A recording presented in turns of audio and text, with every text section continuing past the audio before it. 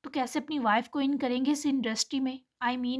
وہ آدمی یزدان کے فیصلے پر کیا اعتراض کرتا کہ اسی لمحے دراب کے اندر آ کر سر پر کھڑے ہو کر غیظ و غضب سے گورنے نے ہی سکھی کا دل روک دیا۔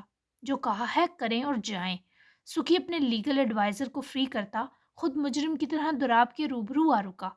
ہم بھلے شنائل کے ساتھ مخلص نہ ہو پر اس کی شکل پر بہت سا کما سکتے ہیں اور کما رہے ہیں۔ تو ایسی بے وقوفی کرنے کا سوچ بھی کیسے سکتا ہے سکھی؟ اس کا چہرہ، اس کی فین فالوئنگ، یہ سب ممی اور تجھے کئی سال سے گین کر کے دے رہا ہے۔ وہ ممی کے پرفیومز برانڈز کی پبلسٹی کرتی ہے تو تیرے یہ زیورات پہن کر لوگوں کو اٹریکٹ کرتی ہے۔ سلوا، اس سے پوچھا ہے تو نے ماڈل بنائے گا؟ اچھا تھا کسی ماڈل سے ہی شادی کر لیتا جو تیرے شوق کے مطابق چلتی۔ وہ چار دیواری میں رہنے والی پیاری سی سلوا جانتی ہے کہ اسے یزدان فاروقی کا ہونے کے لیے کتنی بڑی قیمت چکانی پڑے گی۔ دراب کے اندر گویا آگ لگی، پر سکھی مجرمانہ سی سانس بھر کر رہ گیا۔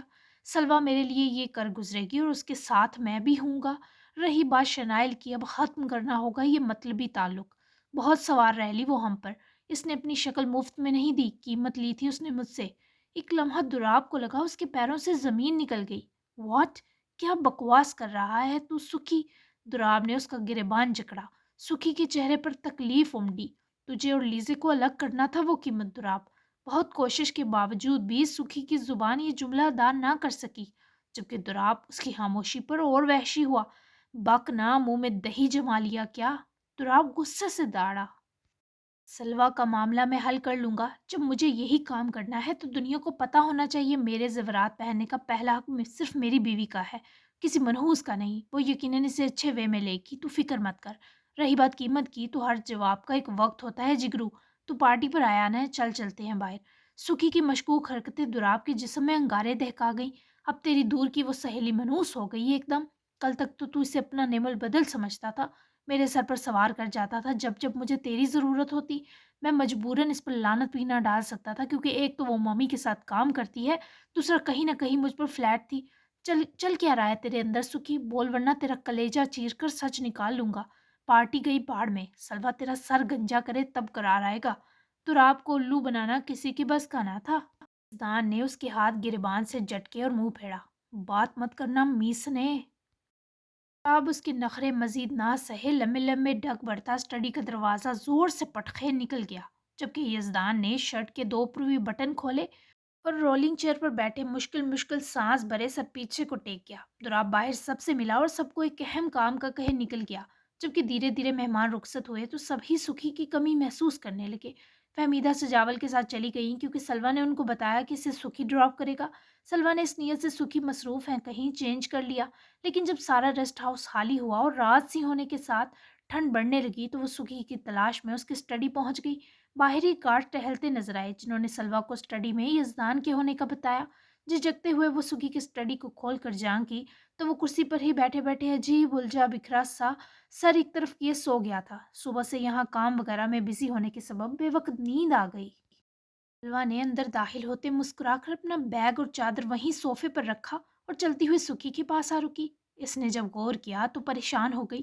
ایک تو یزدان کے دو بٹن شرٹ کے کھلے تھے، سینہ آویزاں تھا، اوپر سے نفاست سے سر کے سیٹ بال ایسے الجھے بکھرے سبھی پیشانی پر ڈل کے تھے جیسے اس نے اضطراب میں مبتلا بارہا ہاتھوں کی انگلیاں پھنسائی ہوں۔ کچھ ہوا ہے کیا ان کو؟ سلوا کو کچھ ہونے لگا، وہ اداس لگ رہا تھا۔ سلوا بے حد پاس رکے آہستگی سے یزدان کے ماتھے پر ڈلکتے بال ہٹانے لگی، احتیاط برقرار رکھی تاکہ وہ جاگ نہ جائے۔ یہ کتنے خوبصورت ہے، بے داغ اور گلوئنگ سکن، اوپر سے گنی سیاہ بیٹ بہت جچتی ہے، گنی پلکیں، باری بویں، یہ گداز سلوٹوں والے بڑے ہونٹ، پنکش ہونٹ۔ سلوا کی آنکھیں اور انگلی کی ایک بے ادب پور اس کی آنکھوں کے سنگ یزدان کی کتاب بنے چہرے پر سفر کرتی جب ہونٹوں پر رکی تو سلوا کے ہونٹوں پر مسکراہٹ اتری۔ مجھے آپ بہت پیارے لگتے ہیں بچپن سے۔ سلوا کی مسکراہٹ گہری ہوئی۔ پھر کچھ یاد آنے پر سلوا نے اس کے بلیزر کی جیب میں دو انگلیاں ڈالے، وہ سلک رومال نکالا اور اس سے پہلے پھر ڈالتی کمر کی اور رینگتی یزدان کی بازو پر سلوا کا دم نکلا۔ پھر وہ اسے خود پر جھکا کر حصارے سلوا کو پتھر کا بت بنا گیا۔ وہ دونوں ہاتھ اس کی شانوں پر رکھے اس کے چہرے پر جھکائی۔ سلوا کے بال اب بھی بندھے تھے تو زیادہ نشہ آور نہ ہوئی یہ قربت کہ وہ کوئی حد پھلانگ ڈالتا۔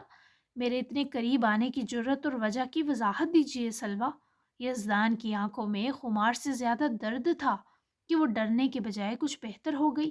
ایک تو میں آپ کی منکوہا ہوں، دوسرا میری کچھ امانتیں آپ کی جیب میں تھی، تیسرا آپ کو پہلی بار سوتے میں دیکھ کر دور ہونا بھول گئی۔ سلوا کی یہ بولتے پلکیں شرم سے جھکی، پھر وہ اس کے حصار سے نکلنے کو مزاحمت بھی کرتی، اپنا چہرہ اس کے چہرے سے پرے سرکا رہی تھی۔ تھا آپ کو مجھے گھر ڈراپ کرنا ہے؟ یزدان کی نظریں اسی پر جمی تھیں۔ جب سلوا نے بات مکمل کی، چند گھنٹوں میں ایموشنلی مضبوط ہو گئی ہیں کیا؟ یہ میرے کہنے کا اثر تھا یا میرے لیے تھوڑی بے قرار آپ بھی ہو رہی ہیں؟ سلوا سے یوں جواب کی توقع نہ تھی اسے۔ سلوا نے پھر سے یزدان کی آنکھوں میں دیکھا، وہاں نرماہٹوں کے پھول کھلے تھے۔ گھر میں نہ جانے کیا وبال مچا ہوگا، مجھے چھوڑ آئے نا، شاکرہ چچی یقیناً سب کو بد دعائیں دے رہی ہوں گی، کوئی لگ گئی تو کیا ہوگا سکھی۔ ایک دم ہی پورا دن گھر سے غیر حاضر رہنے کا خیال سلوا کی آنکھوں کا سکون نچوڑ گیا۔ یزدان کو وہ یوں موضوع بدلتی برا ستا گئی۔ وہ اسے فوری آزاد کرتا، پرے کیے کرسی پیچھے کی اٹھا اور اپنی شرٹ کے دونوں بٹن بند کیے، گاڑی کی چابی اٹھائے دروازے کی طرف بڑھا۔ سکھی وہ اس کے قدموں میں زنجیر ڈال گئی۔ وہ بپھری موج کی طرح پلٹ کر آیا تو سلوا ڈر کر دروازے سے جڑی دیوار سے جا لگی۔ سکھی پکار پکار کر وحشی بنانا چاہتی ہیں، اپنے سگوں کو ہمارے بیچ یاد کرنے سے گریز کیا کرے۔ جہاں ہم دو ہوں وہاں صرف ہم دو ہونے چاہیے، دوبارہ سمجھانا نہ پڑے۔ آپ کی امانتیں، در حقیقت آپ کی اصل دولت میں ہوں جسے آپ نے ایک حق بھی نہیں کیا۔ یزدان کا غسیلا انداز، اس کا پیار سے سلوا کے گلے میں نیکلس ڈالنا اور کانوں میں اس کے گولڈ ایئر پیس اٹکانے تک وہ مبہوت رہی۔ مجھے لگ رہا ہے آپ خفا ہیں، سلوا نے یزدان کی روٹھی روٹھی صورت دیکھتے بمشکل ہی جملہ کہا۔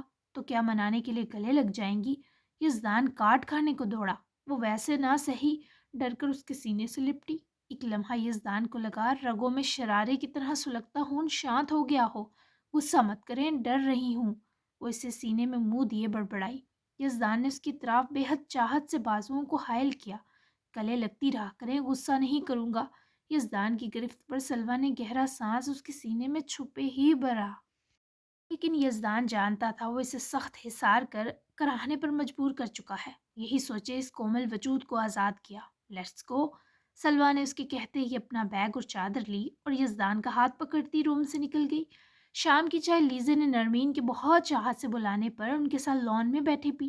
باران اٹھتے ہی براق صاحب کے ساتھ استبل میں ان کے خاص گھوڑے دیکھنے نکل گیا اور آج سے وہ اسے ایک گھوڑا گفٹ بھی کرنے والے تھے۔ لیزے زیادہ چپ اور گمسم رہی۔ نرمین ہی اس سے چھوٹی چھوٹی باتیں کیے اسے اپنے اور دراب کے بزنس کا بتاتی رہیں۔ دراب کے ساتھ ولڈی شربکس ویب ایجنسی کے ساتھ ان کا اپنا فریگرنس کا چھوٹا سا شیلو برانڈ تھا جس نے بہت تیزی سے مارکیٹ میں اپنی جگہ بنائی، اور اس میں بڑا حصہ ان کی سپر ماڈل شنائل کا تھا جو ان کی پروڈکٹس ایڈ کا اہم حصہ تھی۔ اس کے علاوہ وہ دراب کے ساتھ بزنس سنبھالتی تھی۔ براق صاحب نے بزنس سے ریٹائرمنٹ لی تو سارا بوجھ دراب پر آ پڑا۔ پھر اس کی ورکنگ لیڈی مام نے مدد کا فیصلہ لیا۔ لیزی ان کے بارے جان کر بہت خوش ہوئی، اسے انڈیپینڈنٹ عورتیں بہت اچھی لگتی تھیں۔ سارا دن موسم ابرآلود رہا تو ٹھنڈ کچھ اضافی تھی، پر وہ دونوں اچھے سے شال سویٹر لپیٹے کور تھی۔ ابھی یکدم وہ لیزی سے بہت سے سوال، یہ باتیں خود بھی نہ کرنا چاہتی تھی تاکہ وہ بے چین نہ ہو، جبکہ لیزی کو ان کو سننا اچھا لگتا رہا۔ وہیں 7 بجے تک یزدان بھی سلوا کو جب گھر ڈراپ کرنے آیا، رضوان اسی وقت 2 منٹ پہلے مسجد کو نکلے تھے، تبھی گھر میں صرف ناگن بنی شاکرہ تھی۔ سلمان بھی یار دوستوں کے ساتھ تھا۔ یہ سارا دن تمہارے ساتھ تھی، کوئی غیرت شرم کھا لو، عزت دار لوگ ہیں، محلے والے 100 باتیں کریں گے، تم آزاد خیال ہوگے پر ہم نہیں۔ نہ جانے یہ مولانا صاحب کی غیرت پر کون سی بجلی گری جو خود سلوا کو چھوڑ آئے کہ لو سکھی، آزاد ہو تم، عیش کرو۔ کرا کے پیٹ میں دونوں کو ساتھ دیکھے مروڑ اٹھے۔ پورا دن جو کام کرنے کی موت پر زہر اکٹھا کیا سب اگلا۔ سلوا کا سن کر ہی دل بھرا، جبکہ یزدان بہت اچھے سے جانتا تھا ایسوں کو جواب دینا۔ میرے پاس تھی بہت، کوئی مسئلہ؟ آپ اور سلمان صاحب بھی نکاح کے بعد یوں ہی چپکے رہتے تھے؟ میں نے تو یہ بھی سنا ہے کہ آپ کے پیر رخصتی سے پہلے ہی باری، اس سے پہلے شاکرہ یہ برداشت نہ کرتے، یزدان کو تماچا مارتی۔ سلوا چیخی، جبکہ یزدان نے بروقت شاکرہ کا ہاتھ پکڑا اور فکر سے سلوا کو دیکھے گورا جس نے دونوں ہاتھ منہ پر رکھے تھے۔ کس قدر بدتمیز ہو تم، بڑوں سے ایسے بات کی جاتی ہے، بے شرم۔ شاکرہ کی انا ہاتھ جکڑنے پر اور مجروح ہوئی۔ بڑے صرف عمر اور قد سے نہیں، ظرف اور مرتبے سے بھی ہوتے ہیں، تبھی عزت ملتی ہے۔ مس شاکرہ، یہ میری بیوی ہے، آپ ہوتی کون ہے ہم پر جملے کسنے والی؟